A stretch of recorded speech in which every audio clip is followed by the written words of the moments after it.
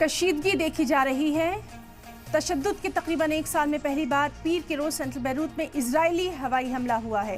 Koala intersection के पास हुए इस हमले में एक कसीर मंजिला रिहायशी इमारत को निशाना बनाया गया जो अहम ट्रांसपोर्ट सेंटर है। लेबनानी अफसरान के मुताबिक इस हमले में 4 लोग मारे गए, जिनमें फिलिस्तीन लिबरेशन के लिए पॉपुलर फ्रंट के 3 लीडर शामिल हैं। वजारत सेहत ने कहा कि पिछले 24 घंटों में 100 से ज़्यादा लोग यहाँ मारे गए हैं, 350 दीगर जख्मी हुए हैं। जैसा कि इजराइल ने दावा किया कि उसने लेबनान में हिजबुल्लाह के दर्जनों ठिकानों पर हमला किया, जिसमें इजराइल को निशाना बनाकर दागे गए मिसाइल, लॉन्चर, हथियार, ज़ख़ीरे और दीगर हिजबुल्लाह के बुनियादी ढांचे शामिल हैं। इसके अलावा इजराइल ने यमन में हुज़ी ठिकानों पर भी हमला किया है।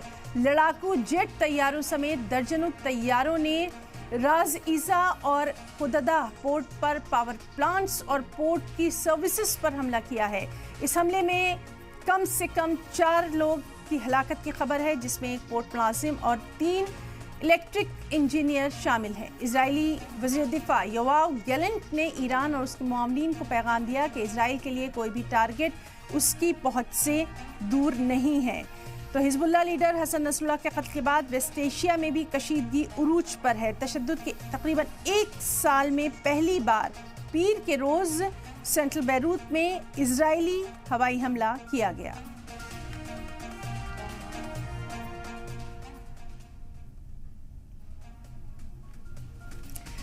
और इजरायली एयरफोर्स ने उस ऑपरेशन का ब्यौरा दिया है जिसमें हिजबुल्लाह चीफ हसन नसरुल्लाह की मौत हुई थी। इजराइल ने इस ऑपरेशन का पूरा ब्यौरा दिया है। इजरायली एयरफोर्स के ब्रिगेडियर जनरल अमिचाई लेविन ने कहा कि मिशन के लिए बेहतरीन तकनीक की ज़रूरत थी। ब्रिगेडियर जनरल ने कहा कि ये ऑपरेशन अंडरग्राउंड तरीके से किया गया, जिसमें हसन नसरुल्लाह और अली कराकी को भागने से रोकने के लिए एक फुल प्रूफ प्लानिंग की ज़रूरत थी।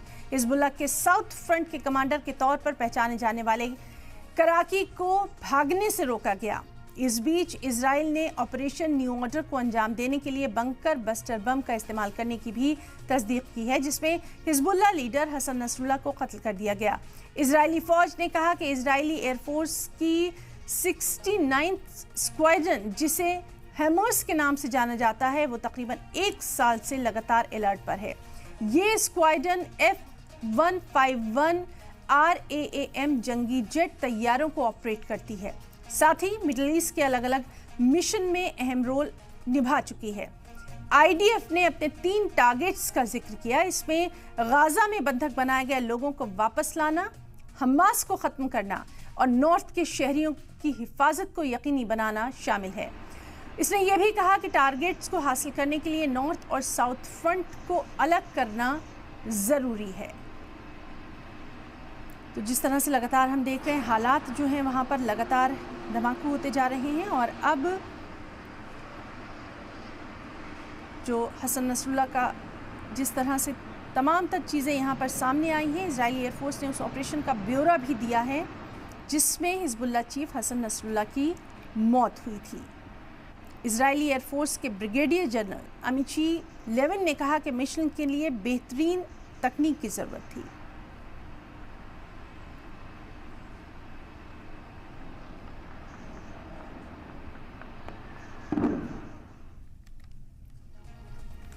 हिजबुल्लाह चीफ हसन नसरुल्लाह के कत्ल ने ब्लू लाइन पर 11 दिनों तक चल रही कशीदगी को मजीद बढ़ा दिया है।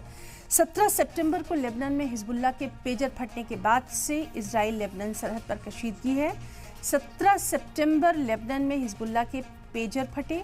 पेजर हमलों में 12 लोग मारे गए, लगभग 3000 जख्मी हुए। 18 सितंबर को वॉकी टॉकी के फटने से कम 20 लोगों की मौत हुई और 19 सितंबर को हिजबुल्लाह ने बदला लेने की बात कही।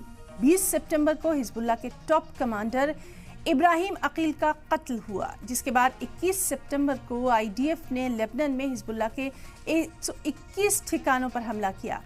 इसराइल के बैरूत हमले में कम से कम 37 लोग मारे गए। 22 सितंबर को हिजबुल्लाह ने इसराइल के खिलाफ ओपन वॉर का ऐलान कर दिया। 23 सितंबर को लेबनान में सबसे खौफनाक दिन रहा जब इजराइल ने 300 से ज़्यादा ठिकानों पर हमला किया और 24 सितंबर को IDF ने हिजबुल्लाह कमांडर इब्राहिम मोहम्मद कबीसी के कत्ल का दावा किया। 25 सितंबर को हिजबुल्लाह ने कमांडर इब्राहिम मोहम्मद कुबैसी की मौत की तस्दीक की। हिजबुल्लाह ने तेल अवीव में मोसाद के हेडक्वार्टर को भी अपना निशाना बनाया। सितंबर 26 को नेतन्याहू ने मुमकिना जंगबंदी की खबर को गलत करार दिया। 27 सितंबर को इजराइल ने बैरूत के साउथ के इलाकों पर हमला किया। हिजबुल्लाह ने कमांडर मोहम्मद हुसैन सरूर की मौत की तस्दीक की। 28 सितंबर को आईडीएफ ने ऐलान किया कि बैरूत हमले में नसरुल्लाह नहीं रहे।